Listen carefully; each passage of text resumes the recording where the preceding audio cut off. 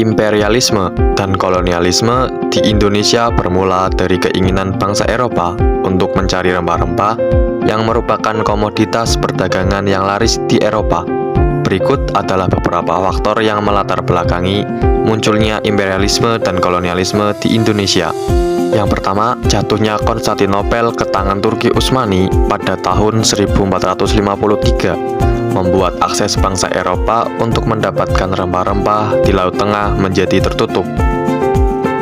Yang kedua, rempah-rempah yang dihasilkan di Indonesia sangat laris di Eropa. Yang ketiga, revolusi industri membuat bangsa Eropa menciptakan kapal laut untuk menjelajah samudra dan mencari sumber daya di belahan dunia lain. Salah satu contoh peninggalan adanya kolonialisme dan imperialisme di Indonesia adalah Benteng Belgija. Benteng Belgija pada awalnya adalah sebuah yang dibangun oleh bangsa Portugis pada abad 16 di Pulau Naira, Maluku. Lama setelah itu, lokasi benteng Portugis tersebut kemudian dibangun kembali sebuah benteng oleh FOC atas perintah Gubernur Jenderal Peter Both pada tanggal 4 September 1611. Benteng tersebut kemudian diberi nama Fort Belgija sehingga pada saat itu terdapat dua buah benteng di Pulau Neira, yaitu Benteng Belgija dan Benteng Nassau. Benteng ini dibangun dengan tujuan untuk menghadapi perlawanan masyarakat Banda yang menentang monopoli perdagangan pala oleh VOC. Benteng Belgija terletak di Nusantara, Banda, Maluku Tengah. Pada tanggal 8 Maret 1796, Benteng Belgija diserang dan berhasil direbut oleh pasukan Inggris. Dengan jatuhnya benteng ini, Inggris dengan mudah dapat menguasai Banda. Pada tahun 1803, dilaporkan setiap kali ada satu kapal yang berlabuh, diadakan upacara band militer setiap jam 5 pagi dan jam 8 malam di Benteng Belgija dan Nassau. Setiap hari Kamis dan Senin dilakukan pawai militer pada jam setengah 7 pagi. Pergantian jaga dilakukan setiap pagi, siang, dan malam pada kedua benteng tersebut, sehingga hampir setiap jam masyarakat yang tinggal dekat kedua benteng tersebut dapat melihat parade militer dan mendengarkan musik dari band militer. Benteng Belgija memiliki bentuk segi 5 yang jarang ditemui.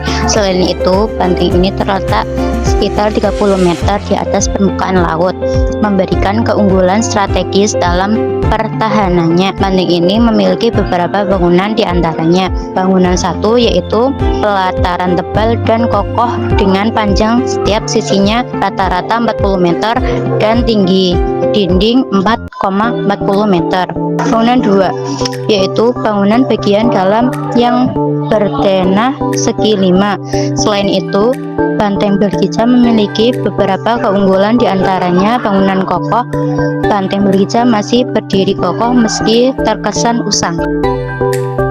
Cagar budaya Benteng Belgija terdaftar sebagai cagar budaya pada tahun 2015. Destinasi wisata 1. Benteng Belgija menjadi destinasi wisata yang populer di Banda Neira. 2. Jejak perdagangan rempah dunia. Benteng Belgija menjadi bagian dari jejak perdagangan rempah dunia di masa lalu. Dari segi arsitektur, Benteng Belgija berdiri kokoh dengan material bahan bangunan dari balok batu yang disusun teratur dan direkatkan serta diplaster dengan lapisan kapur. Sejauh mata memandang, bangunan ini hanya memiliki 4 sudut. Namun jika dilihat dari segi ketinggian, maka akan tampak bentuk sempurnanya dari Benteng Belgija, yaitu segi 5 dengan 2 lapis dan menara besar di setiap sisinya. Hingga saat ini, meski terkesan usang, Benteng Belgija masih berdiri kokoh dengan pesona dan aura megah yang tak pernah luntur. Ratusan tahun berselang, tepatnya tahun 2015, Benteng Belgija telah resmi terdaftar sebagai salah satu cagar budaya yang menjadi bagian dari jejak-jejak perdagangan rempah dunia masa lampau. Kini, Benteng Belgija menjadi salah satu destinasi pariwisata di Banda Neira yang populer dan memikat wisatawan lokal maupun asing. Begitulah kira-kira sejarah seputar Benteng Belgija. Terima kasih sudah menonton hingga akhir. Semoga bisa bermanfaat untuk kalian. Sampai jumpa di video yang lainnya.